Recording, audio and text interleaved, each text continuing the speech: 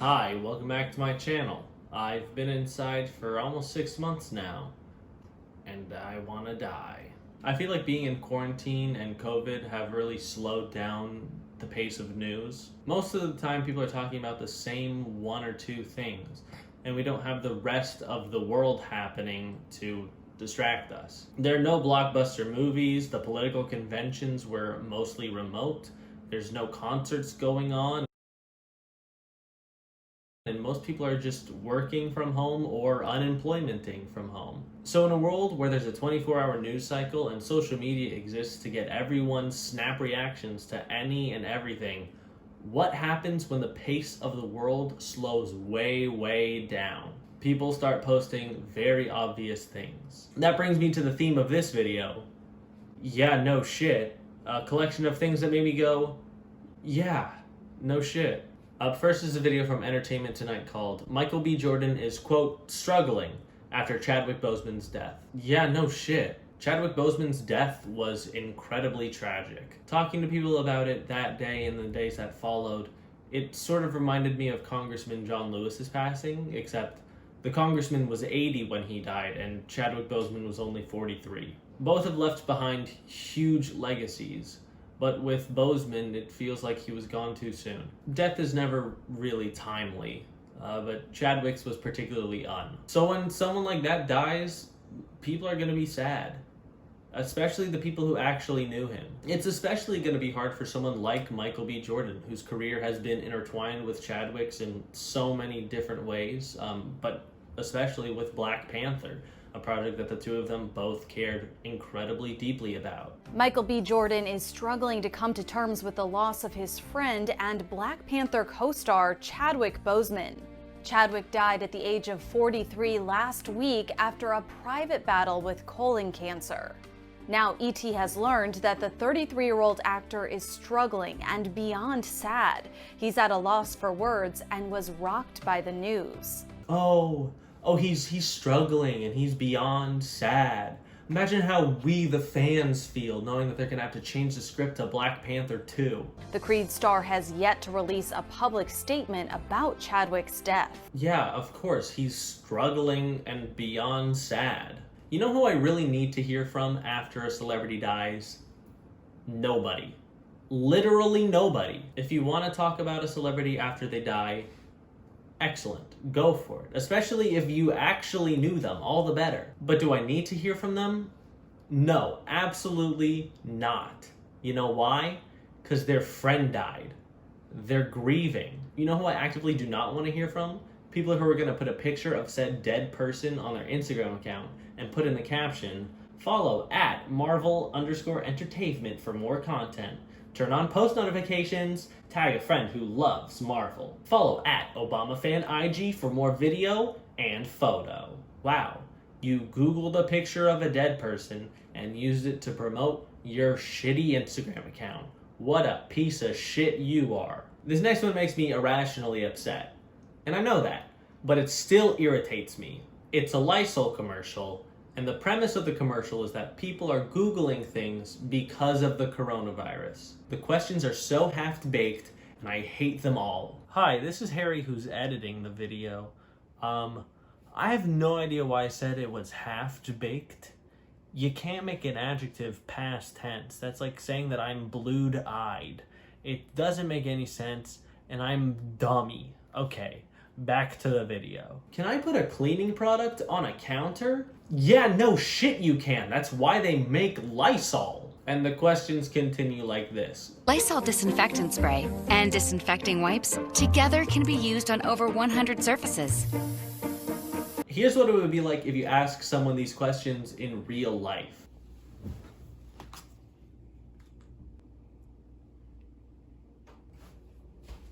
Hey, if I put this on the doorknob, is that gonna burn my hand off? No, it's for cleaning surfaces, and that's a surface, so you're okay. Oh, gotcha. What about on the couch? Again, it's a surface, just like don't put it in your eyes or your mouth or on any of our food. Oh, okay. So don't use it on the fridge? No, you can use it on the refrigerator, just don't spray any of our food with it. I'm confused. Can I use it on the fridge or not? Yes, you can put it on anything you're gonna touch with your hands, but not with your mouth. Oh, okay. So if I use this in the dryer, that's okay? Yeah, go for it. Huh. Thanks, dude. The live-action Mulan came out on Disney Plus recently, and people feel that it's a good movie, but it's not quite as good as the original. Yeah, no shit. I feel like every time a Disney live-action remake comes out, people see it and they go, "Oh, yeah, okay, yeah, yeah." I don't think there's a single one that people collectively enjoy more than the original. And that's because the live-action movies aren't just trying to retell a story. They're also trying to address nitpicks from the original, and they're going up against nostalgia. That's a losing battle every single time. I know that's part of the reason why I love the original Lion King so much. I remember watching that movie on VHS, or maybe it just feels like it was so long ago that it should have been on a VHS. And then the new one came out, and it was good. And I was like, huh, Billy Eichner. Nice job. But it wasn't every bit of euphoria that my 4-year-old brain experienced when I saw it for the first time. The new Aladdin was fun, but come on, Robin Williams is unbeatable. Also, there's always that new song that they throw in to try and get the Oscar nomination for Best Original Song, and it isn't quite like the originals. Like, it still fits, but it just feels a little out of place. It's like if you walked into my room and you saw my desk, my computer, my bed, my dresser, and a toaster. It's not wrong to have a toaster in your room, but should you? Probably not. Tana Mongeau made an apology video for being racist, and it did not go well. Yeah, no shit. I'm just gonna say a couple things on this one, because I know D'Angelo Wallace is gonna make a way, way better video than I ever could. First of all, I know it's hot. It's summer and California's on fire, but you couldn't have turned the fan off for 20 minutes? There is no excuse, reason, or thing I could say to make that okay, and I want to take full accountability for that. You're a professional YouTuber. Did the same person who did the sound design for Birdemic do the sound design for this video? About a third of the way into the video, the fan does turn off, but it quickly comes right back on. There are also like 40,000 cuts in this video, and it's all sped up. I don't know who the hell made that call. Maybe a 20-minute apology video where she seemed a little thoughtful just wasn't an option at the time, so they cut it down to a clean 14 and called it a day. Even taking the spotlight off of everything that is going on and talking about myself and what's going on in my life for the past 25 minutes is still not okay. Oh, so it was 25 minutes, but you knew people wouldn't listen to you apologize poorly for longer than an Office episode. Number 2, the video sounds wooden and robotic and aggressive and totally disingenuous. If you're gonna make an apology video, write stuff down. That's totally not the issue here. The issue is, she said it all directly to camera, like she was being held hostage by whatever publicist she has. I now realize that the content I put out into the world and who I am has the ability to aid in either positively or negatively shaping this generation. But with all of that being said, there is no excuse for the amount of time it took me when I had every single resource in the world to become a better person in the last 3 years. Also, if you're making a video where you're apologizing for racism, maybe don't do it with lip fillers and a pretty deep fake tan. If she went 4 shades darker with the lip or the face, she could be the star of Shane Dawson's next minstrel show. I was so unafraid to use racial terminology, but I was so afraid of people calling me a racist. I think she does make a point here that a lot of white people feel. They don't want to be called racist. Because they're not racist. How could they be racist? They have black friends, and they love Kamala Harris as a VP pick, and they dated a person of color one time.